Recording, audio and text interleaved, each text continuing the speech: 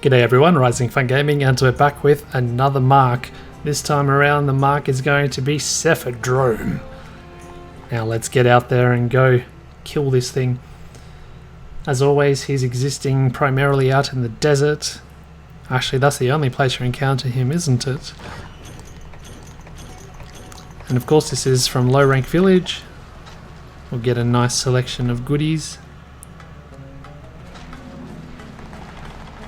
And we're currently wearing, what's the name of this armor series? The Hunter? Hunto. It just says Hunt.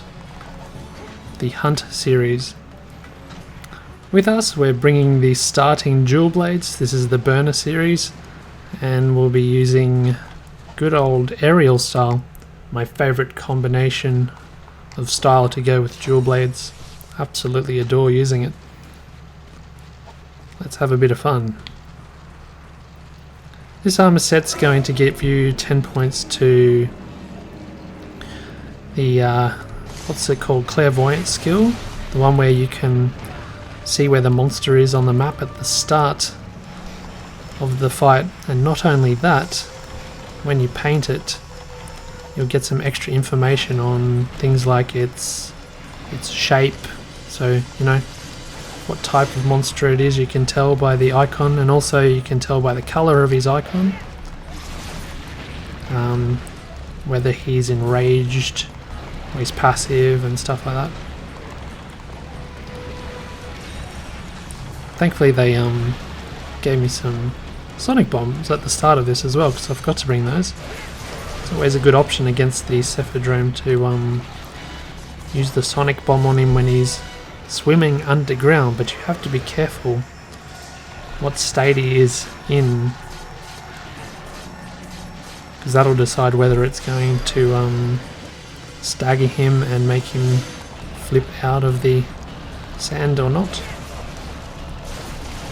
But yes, he is back, returning from 4U. Doesn't seem to be too much different to him, he's still very annoying. But one thing we've done in our gemming and talisman strategy is to get paralysis protection. So you'll have this very very scary horizontal diving attack, which he'll probably do in the course of this battle. And with that, he'll do a paralysis bite.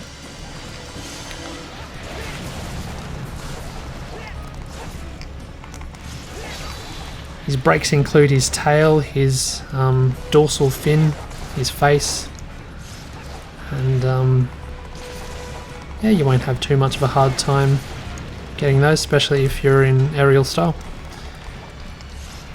He's got hip checks like your Plesioth and a lot of the other monsters. I first encountered the Cephalos and Cephadrome in first generation. Quite an infamously annoying fight against him in the original Monster Hunter, where he seems to spend all his time underground, and it's very hard to predict his movement patterns when you're first starting to fight him. He does have a pattern, but it's very, very annoying. You'll spend a lot of the first gen fight against him running around slinging curse words at your TV screen, I'd say. I know I did.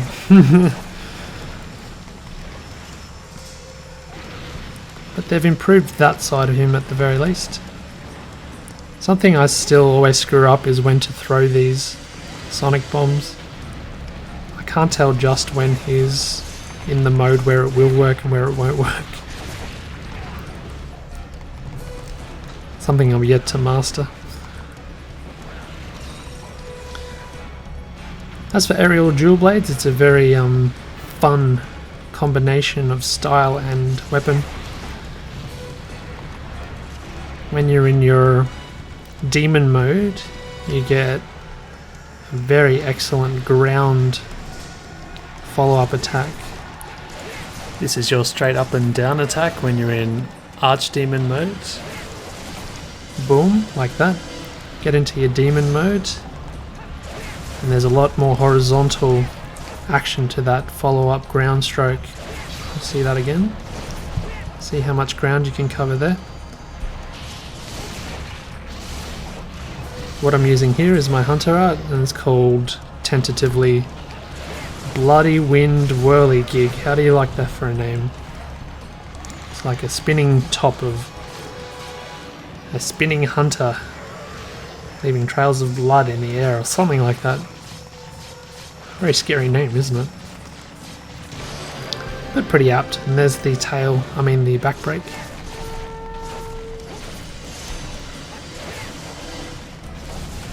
But the awesome feeling of soaring in the sky with aerial dual blades is, I don't think it's matched by any other weapon. I don't think he's done his horizontal para attack yet. And he might not do it either. Just might not get the chance. But this is low rank. Off to the oasis he is going, where he'll sleep standing up. By the time we get to him, he should be in that phase. I've made a directorial decision that for all the drone fights through this playthrough, we're going to include the low and high rank in the same video. Something that none of the drones have is a ferocious state in Monster Hunter Cross. Each video featuring them as a consequence will have a low rank and high rank fight, and that'll be it for them, won't it? Amateur, please. Didn't bring any bombs or anything epic to finish this battle, so we'll just do your bog standard. Oh, actually, we've just got the hunter art. This could do it. You'll see right at the end of that hunter art, you've got this pretty big cross/slash finisher. If you're gonna whiff this hunter art, or if you're gonna whiff elements of this hunter art, make sure not to whiff that final slash, because that's where the bulk of the damage comes from.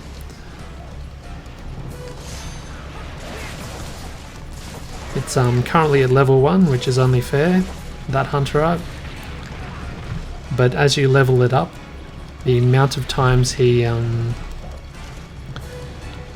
does the forward slash increases. So I think at level 3 he'll do 5 horizontal kind of slides. But it'll be 3 in its initial state, as you've seen. So try not to get wrecked here.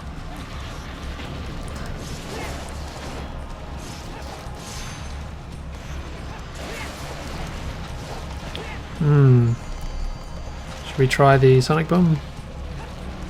Definitely. God, he had some airtime there, didn't he?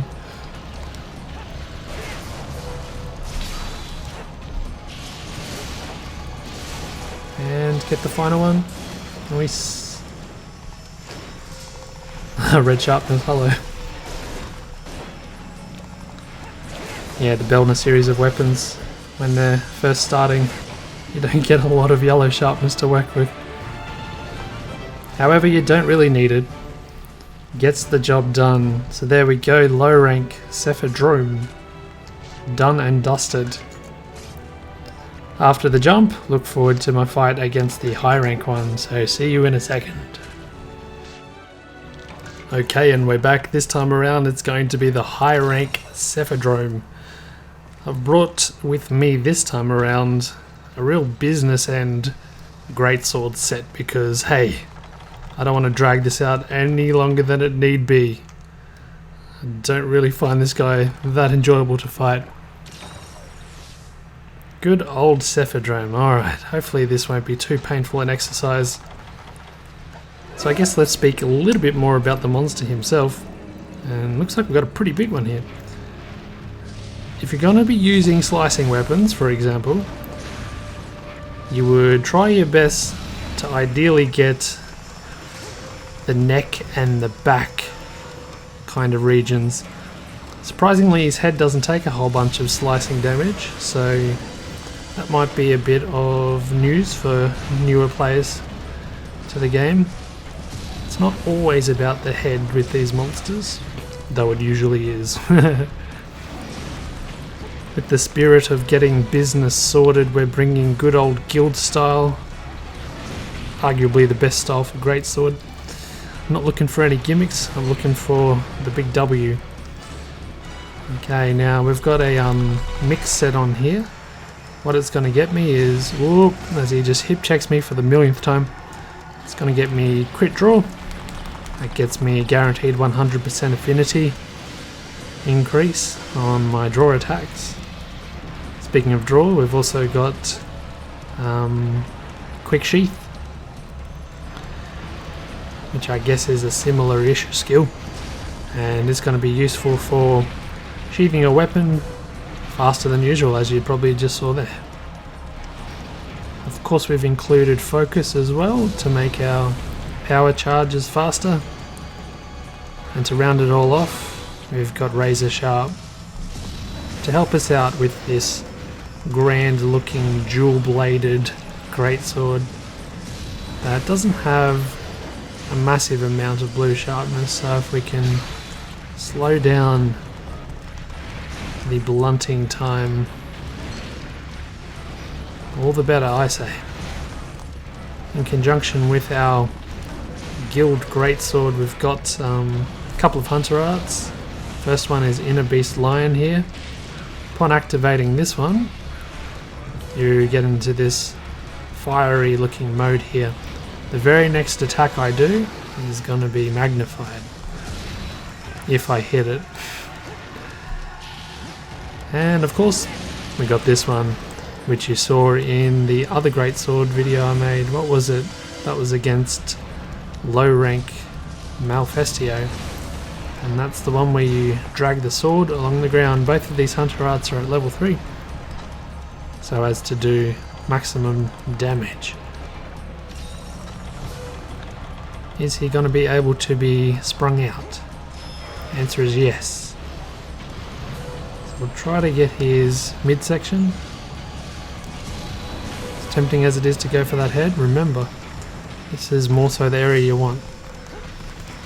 Cephadrome, his smaller little cousins here, as always being big pains in the butt.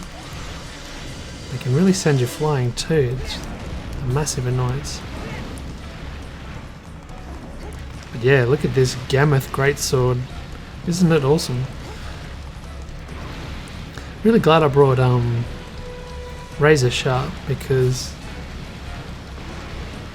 I really wasn't expecting to have blue sharpness for so long, and this is great. As good old Cephadrome has entered his rage mode here. He does get pretty fast, doesn't he? We unfortunately don't have the luxury of, whoops, paralysis negation this time around, so we're going to have to look out for that quick horizontal dive of doom.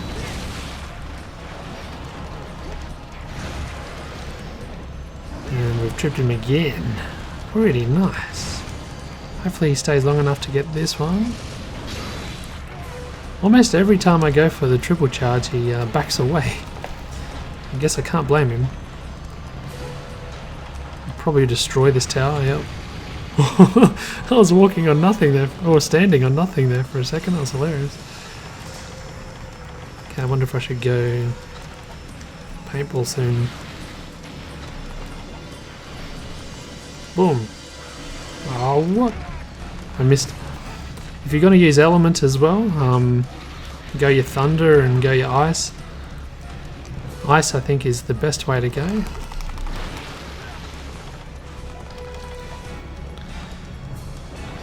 Hence the choice of this Gammoth greatsword here. Got our Inner Beast Lion charged up again, so let's charge it. And interestingly, did I get it? Oh, he got me just in the last frames of that animation. Serves me right for activating it where I did. But what I was going to say is, it's one of those rare few hunter arts where the initiation animation has an attack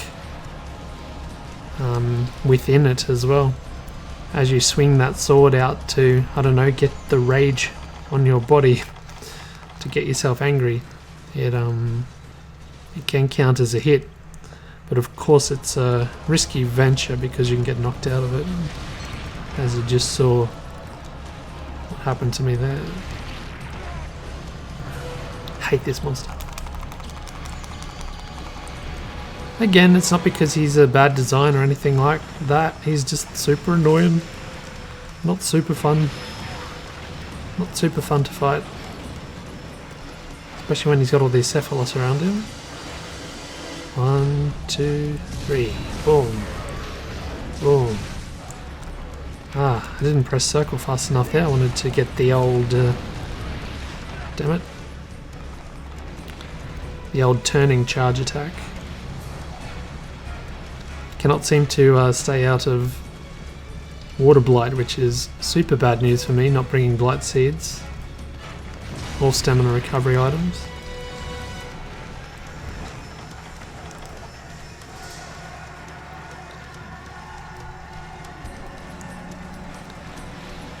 Yeah, I really love those. I'm always too late on these, aren't I? Maybe we can go for a right. Didn't get it. Oh well, another Hunter art has activated. This is going to be the ground slash thingo. We'll use that in just a second here. A little bit like this. Boom.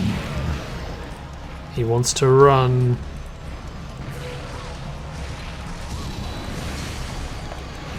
And he will succeed. So I'm pretty sure when he goes to run he can't be Sonic'd out. Actually, what is he doing? Yeah, oh yeah, he went straight over to the Oasis area. It's not such a problem when you're fighting on this map at night time, because that big map there, I guess, is it icy platforms that form during the cold night in the desert? Or is it just something surfacing during the night? Not sure exactly what it is, but you get a few platforms which acts as a bridge. Oh look, a Gendron. Which acts as a bridge between that zone and the Oasis.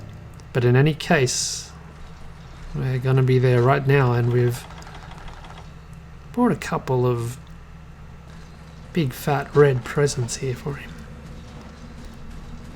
which I'm sure he's going to delight in a second.